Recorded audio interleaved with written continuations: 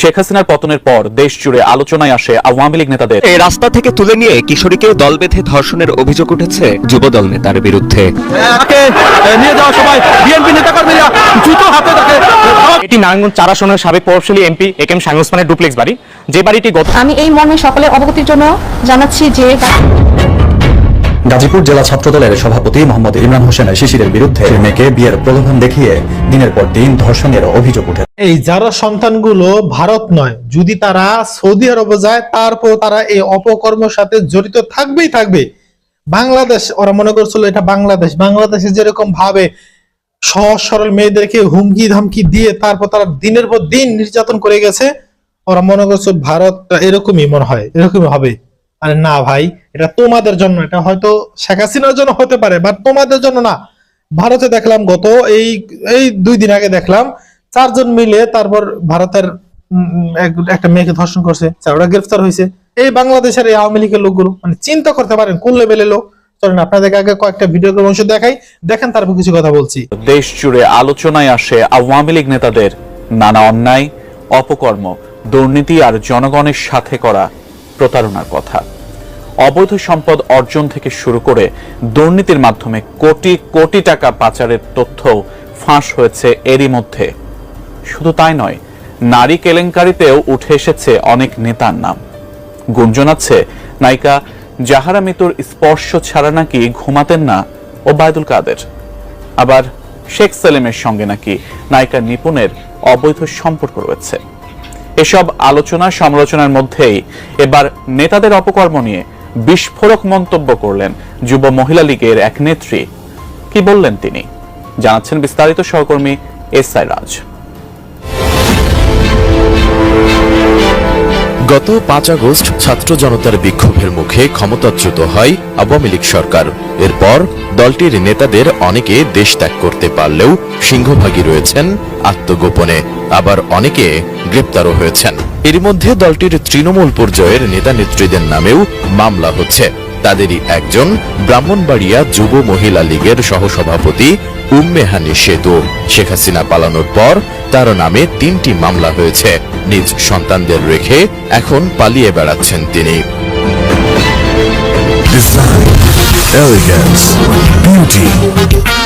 সেরা পণ্য সবার জন্য জেভিকো। সম্প্রতি সেতুর একটি ভয়েস রেকর্ড সামাজিক যোগাযোগ মাধ্যমে ভাইরাল হয়েছে। সেখানে তিনি আওয়ামী লীগ নেতাদের বিরুদ্ধে গুরুতর অভিযোগ করেছেন, জানিয়ে চলছে ব্যাপক আলোচনা সমালোচনা। ভয়েস রেকর্ডে দলের নেতাদের নারী নেত্রীদের প্রতি কেমন মনোভাব থাকতো তা নিয়ে কথা বলেছেন যুব মহিলা লীগের এই নেত্রী। এছাড়াও নানান বিষয় নিয়ে ক্ষোভ প্রকাশ করেন তিনি। ভাইরাল ওই ভয়েস রেকর্ডে আওয়ামী লীগ নেতাদের বিরুদ্ধে গুরুতর অভিযোগ করে সেতু বলেন, দল করেছি কিন্তু কখনো ভালো জায়গায় রাখেনি। নেতারা বাঁকা করে তাকিয়েছেন, কেন তাকিয়েছেন সেটাও বুঝি। আমার 16 মাসের একটা ছোট বাচ্চা আছে, ওই বাচ্চাটাকে ফেলে আমি আপনার ঢাকা চট্টগ্রাম পরে আছি। একটা মানুষ আমার বাসায় খবর নেয় না যে আমার ছোট 3টা বাচ্চা কি খায়, বাচ্চাগুলা কি করে, বাসায় কে আছে না আছে, বাজার আছে কিনা, একটা মানুষ ফোন দিয়ে পর্যন্ত খবর নেয় না। তাতেও কোনো দুঃখ নাই। দল করছি, কখনোই ভালো জায়গায় রাখেনি। হিংসা, বিদ্বেষ, জেলাস, এভাবে তাকানো, বাঁকা করে তাকানো না, তারা এইভাবেই তাকাইছে। কেন তাকাইছে সেটাও বুঝি। দেখতে যথেষ্ট সুন্দরী, ওই বিস্তৃত আর না। হ্যাঁ, কোন নেতা কোন দৃষ্টিতে তাকাইছে? কখনোই বোনের সম্মান দেয়নি, কখনোই মেয়ের সম্মান দেয়নি। সবসময় আমাদেরকে ভোগের পণ্য ওনারা মনে করতো। যেই মেয়ে শরীরে ওনারা হাত দিতে পারতো, ওরেই ভালো জায়গায় নিয়ে রাখতো। বাংলা কথা বলি, কারণ বাংলা কথাগুলো এখন না বললে নাই হবে। এই নোংরা নেতাগুলোর কারণে আজকে বাংলাদেশ আওয়ামী লীগ ধ্বংস হয়েছে। শুধু ইউনিয়ন লেভেল, উপজেলা লেভেল, জেলা পর্যায়ে না, সেন্ট্রাল পর্যন্ত আজকে কত নোংরা নোংরা খবর আসতেছে। হ্যাঁ, সেন্ট্রাল নেতারা বড় বড় নায়িকাদেরকে রাতের উইং নিয়ে রাখতো। এগুলো করে করে আল্লাহর গজব নাজিল করছে বাংলাদেশ আওয়ামী লীগের উপরে। আর ব্রাহ্মণবাড়িয়া জেলার মধ্যেও আমাদের অনেক নেতাদের সান্নিধ্যে অনেকেই ছিল, যারা ছিল তাদের উপরে কোনো রকম প্রবলেম হয়নি। কিন্তু আমরা যারা অবাধ্য ছিলাম, ওনাদের কথা শুনিনি, আজকে আমরাই মামলা খাইছি। ভয়েস রেকর্ডটি ফাঁস হলো কিভাবে, এ বিষয়ে ব্রাহ্মণবাড়িয়া জেলা আওয়ামী লীগের নেতারা জানিয়েছেন, তাদের কয়েকটি গ্রুপ রয়েছে হোয়াটসঅ্যাপ ও মেসেঞ্জারে। সেগুলোতে উম্মেহানি সেতু নিজের ক্ষোভ প্রকাশ করে ভয়েস রেকর্ড পাঠান। সেখান থেকেই হয়তো কেউ ভয়েস রেকর্ডটি ফাঁস করেছেন। কনসেপ্ট করছি 2 মাস 3 মাস যাওয়ার পরে পরে এসে মেডিসিন নিয়ে আসে। গাজীপুর জেলা ছাত্রদলের সভাপতি মোহাম্মদ ইমরান হোসেন শিশিরের বিরুদ্ধে প্রবাসীর মেয়েকে বিয়ের প্রলোভন দেখিয়ে দিনের পর দিন ধর্ষণের অভিযোগ উঠেছে। অভিযুক্ত ইমরান হোসেন গাজীপুর জেলা ছাত্রদলের সভাপতি। ভুক্তভোগীর অভিযোগ, ইমরান হোসেন শিশিরের সঙ্গে 6 বছর আগে পরিচয় হয় তার, পরে প্রেমের সম্পর্ক। সেই সূত্র ধরে বিয়ের প্রলোভনে বিভিন্ন স্থানে ঘুরতে নিয়ে শারীরিক সম্পর্ক করেছেন শিশির। গত 6 বছরে তারা একসঙ্গে কক্সবাজার সহ বিভিন্ন রিসোর্ট এবং ভারতে ঘুরতে যান।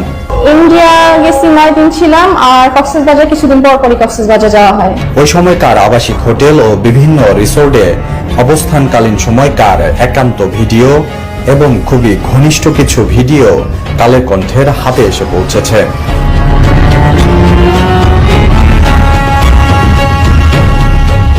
ভুক্তভোগীর অভিযোগ, গত 6 বছরে তিনি 4 থেকে 5 বার অন্তঃসত্ত্বা হলে পদ হারানোর কথা বলে গর্ভপাত করান শিশির।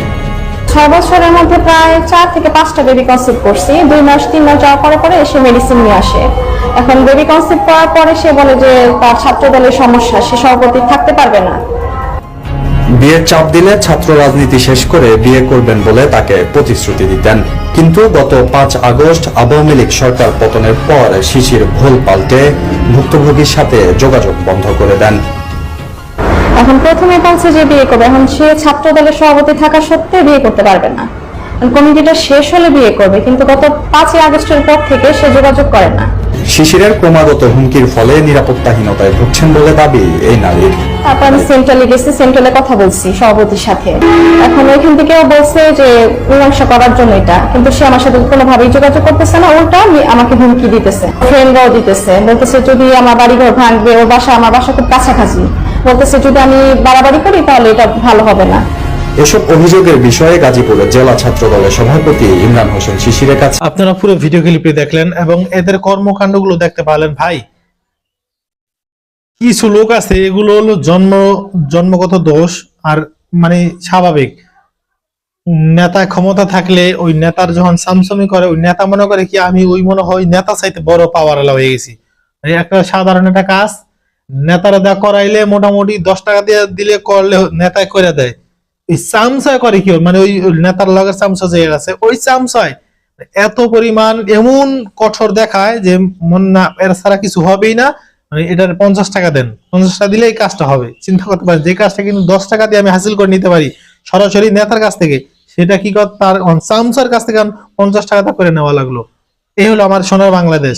আর গুম খুন ধর্ষণ এগুলো তো কথা বাদই দিলাম, এরা এই যে বাংলাদেশটা কলেজগুলোকে, মানে বিশেষ বাংলাদেশের কলেজগুলোকে যে কি পরিমাণ, কলেজের মেয়েদেরকে কি পরিমাণ হেনস্থা করছে, নির্যাতন করছে, আমার মনে হয় 100-র মধ্যে এই বিগত 15 বছরের মধ্যে 100-র মধ্যে মনে হয় মানে 99% মেয়ে মনে হয়, আমার মনে হয় দূষিত হয়ে গেছে 99% মেয়ে।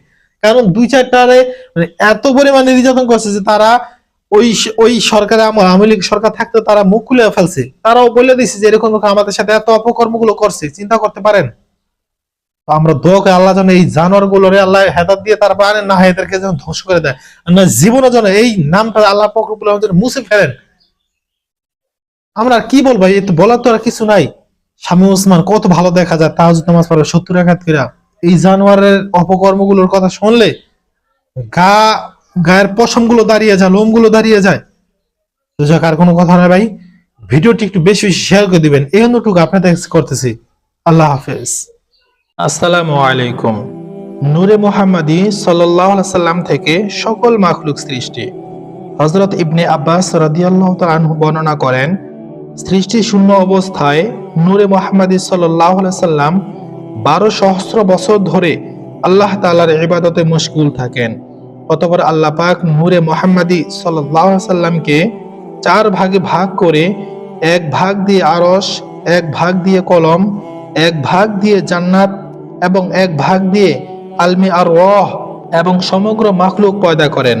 উল্লেখিত 4 ভাগের 3 ভাগ দিয়ে আল্লাহ পাক রব্বুল আলামিন জ্ঞান, বিবেক, লজ্জা ও প্রেম প্রীতি ভালোবাসা আর 1 ভাগ দিয়ে আমাকে সৃষ্টি করেন। নবী করিম সাল্লাল্লাহু আলাইহি সাল্লাম বলেন, আমি আল্লাহর শ্রেষ্ঠ নূর থেকে এবং সমগ্র জগৎ আমার নূর থেকে সৃষ্টি হয়েছে। এরপর আল্লাহ পাক রব্বুল আলামিন কলমকে আদেশ করেন আরশের উপর কালেমা লা ইলাহা ইল্লাল্লাহু মুহাম্মাদুর রাসূলুল্লাহ লিখতে। কলম আল্লাহর আদেশ পেয়ে 400 বছর পর্যন্ত কালেমা লা ইলাহা ইল্লাল্লাহ লিখতে থাকে। অন্য এক বর্ণনায় রয়েছে কলম লা ইলাহা ইল্লাল্লাহ পর্যন্ত লিখে নিবেদন করলো, ইয়া রব্বুল আলামিন, আপনি তো এক ও অদ্বিতীয়, আপনার নামের সাথে যুক্ত এই সম্মানিত নাম কার শোভা পাচ্ছে?